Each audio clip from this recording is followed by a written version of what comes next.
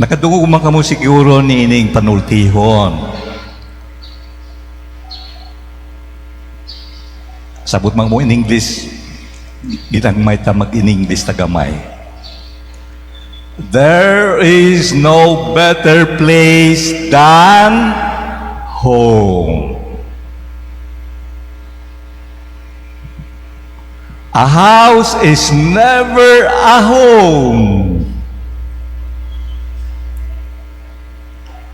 Unsa man day ang kalainan sa balay o sa home.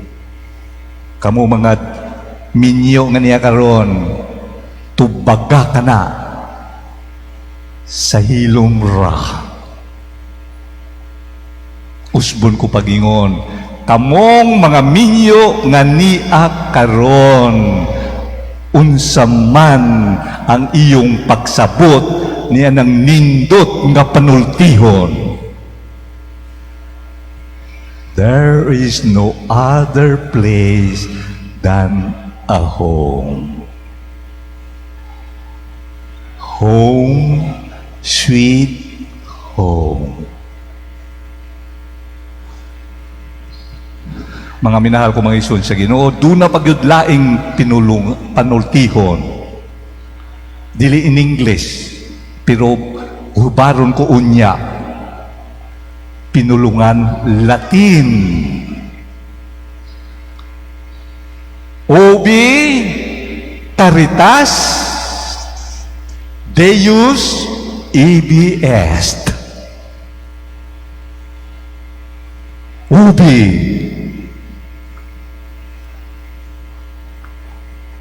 hain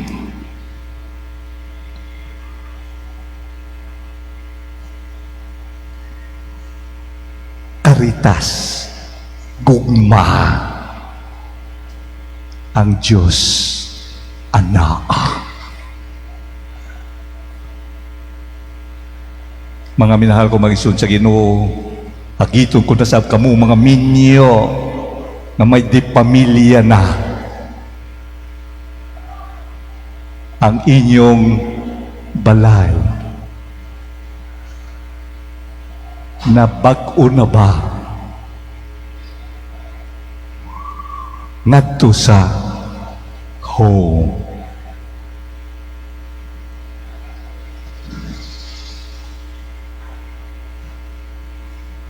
Hain ang Diyos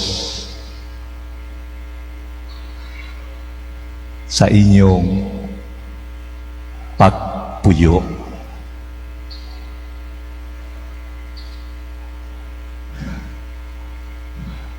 Hinaot na wala kamo makabungat ni iningkit panultihon, demonyo ka, demonya ka ngadto sa inyong kapikas.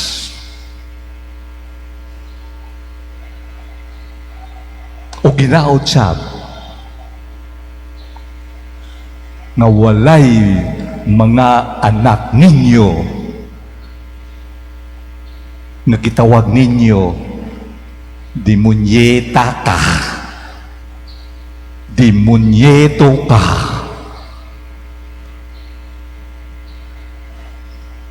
Mga minahal ko mga isun sa Ginoo, basta wala diha ang gugma, diin ang Diyos nagahari, impyerno ka na. Unsa man ang inyong pagpati sa inyong pagpuyo, langit ba? Impyerno ba? Kamo lamang ang makatubag nining pangutana.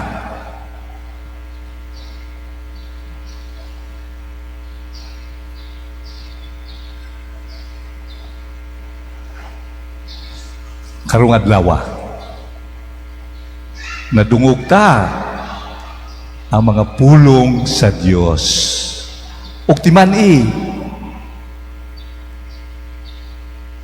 ang mga pulong sa Dios na patik sa santos nga kasulatan. ug isip mga Katoliko, basaha ang Biblia. Kay diha,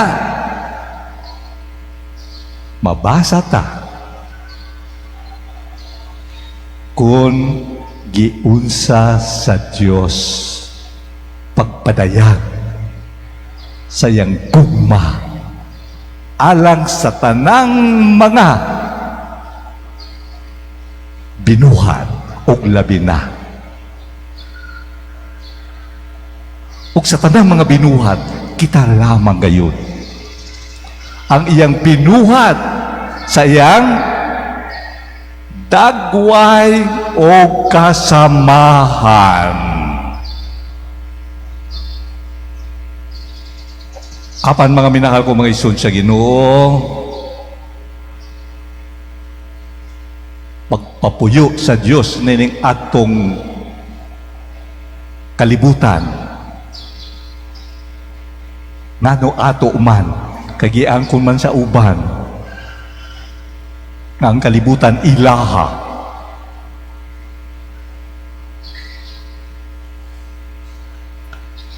Busa. Ato gayod paminahon ang Diyos na nagsulti sa iyang katawhan nitong panahon na nga siya mismo ang nagbuot. Natawgon niya ang usa ka tawo na mahimong saksi sa kamatuuran.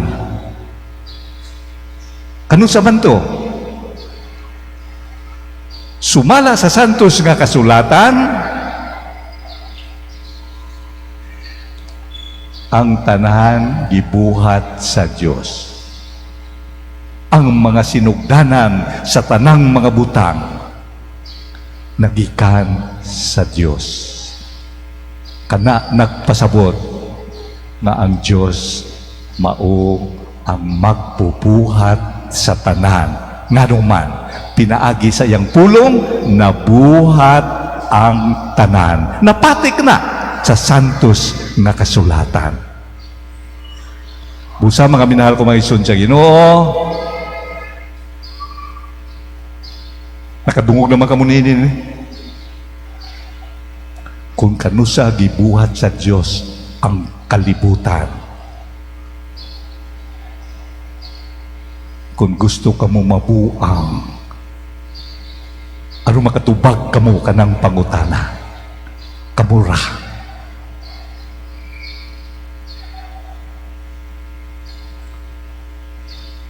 Gihigumas sa Dios, hilabihan ang iyang paghigumas sa kalibutan na iyang gipadala ang iyang bugtong anak nga si Jesus. Ug mao kana sumala sa atong pagtuo, ang pulong dili na pulong sa santos nga kasulatan, kundili ang pulong nagpakatao na. Mao na kita nga nagatuo pa sa Dios, magsigi kita sa ulog sa gugma sa Dios matag tuig. Kay ang Dios nagpakatao. Ug ang pulong sa Dios, usbon ko paingon, dili na pinatik sa santos nga kasulatan, kundi nagsuroy-suroy na diha sa persona sa atong Ginoong Hesukristo. Dili na pulong, kundi tao na. Ug sumala ni San Pablo, usa sa mga maldito na nagtuo na sila ang gipili sa Dios aron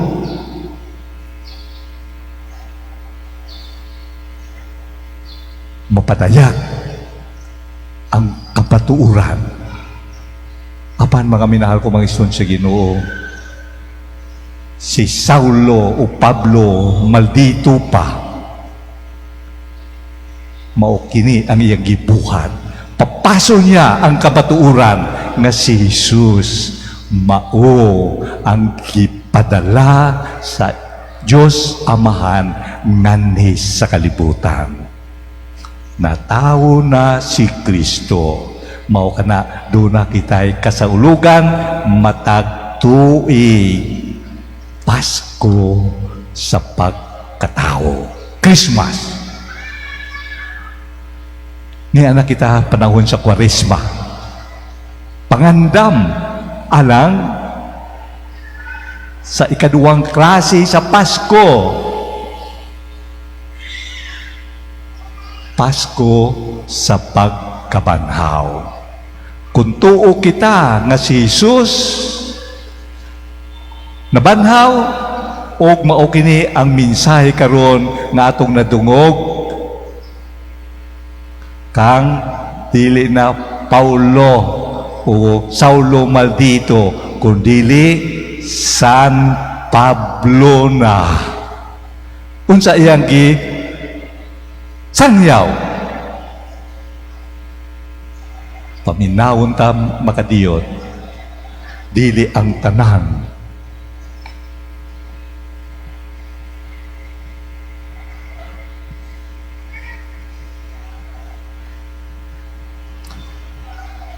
bisan kinsa nga nahiusa kang Kristo, bag-o na siyang binuhat. Ang tanan, ang daan miagi na o miabot na ang bag-o. Gibuhat sa Dios kining tanan og siya usab nga nagpasiguli kanato ngadto kaniya, pinaagi kang Kristo ug gihatagan kita niya sa buluhaton sa pagpasiguli sa uban ngadto kaniya. Maoy among mensahe nga ipasiguli sa Dios ang tanang tawo ngadto kaniya, pinaagi kang Kristo. Tanang tawo, dili na ang mga kaliwat sa mga Hudiyo. Mga minahal ko may isun sa Ginoo, sa katapusan timan kung ang Diyos musaad, mutuman magayud.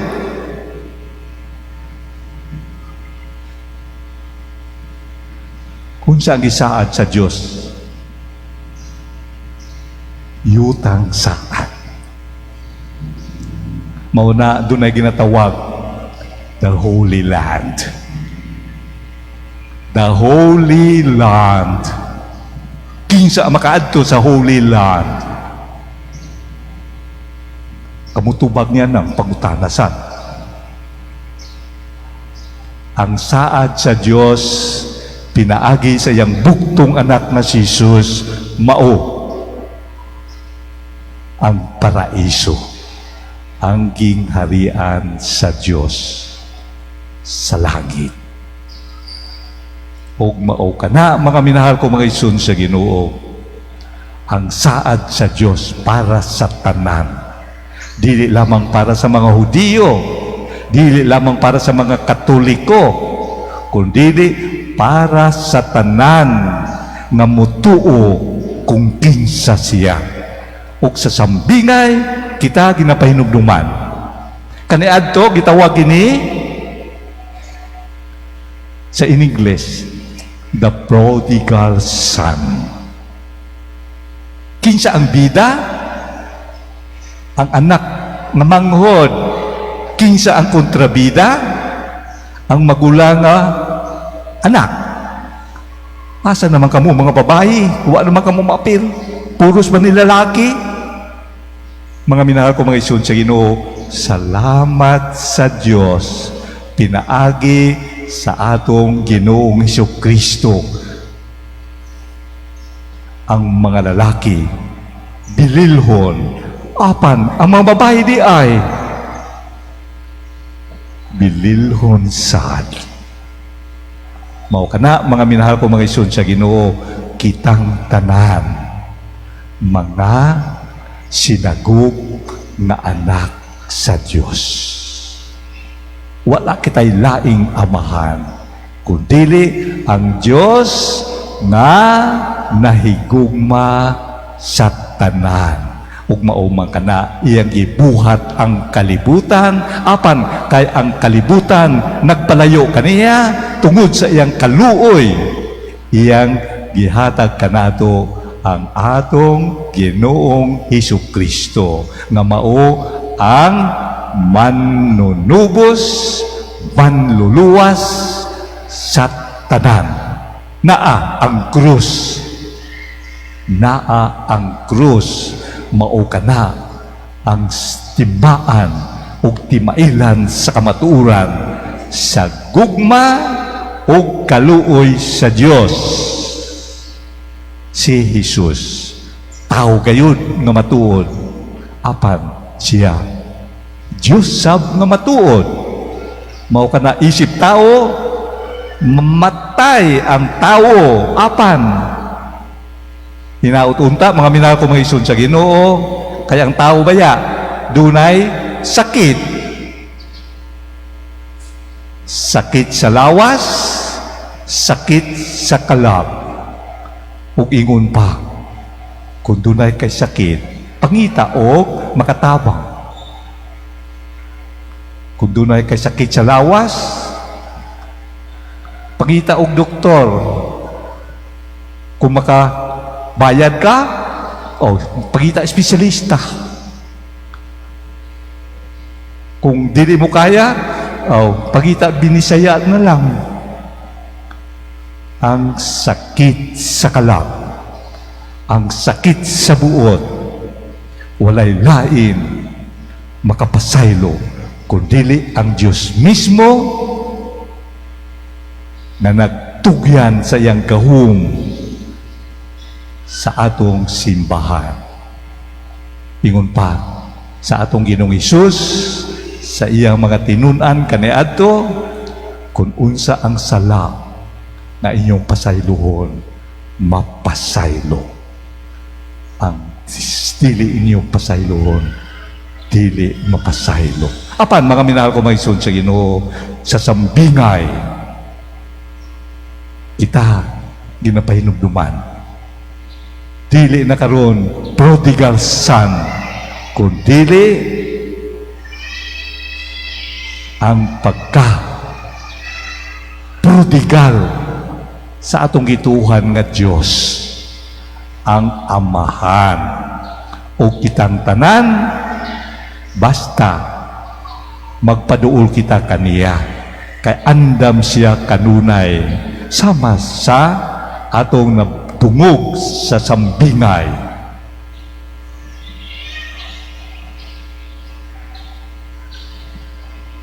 Apan layo pagani kaayo ang mangod sa ilang balay, nakakita na ang iyang amahan kaniya, naluoy siya o sa iyang anak, o midagan pagtagbo kaniya ug unya. Timani ang gibuhat sa amahan sa iyang mausikon nga anak. Migakos o mihalok kaniya. O ginaot na dili kita mahisama sa magulang. Kansang kinaya, masinahon o masukanon.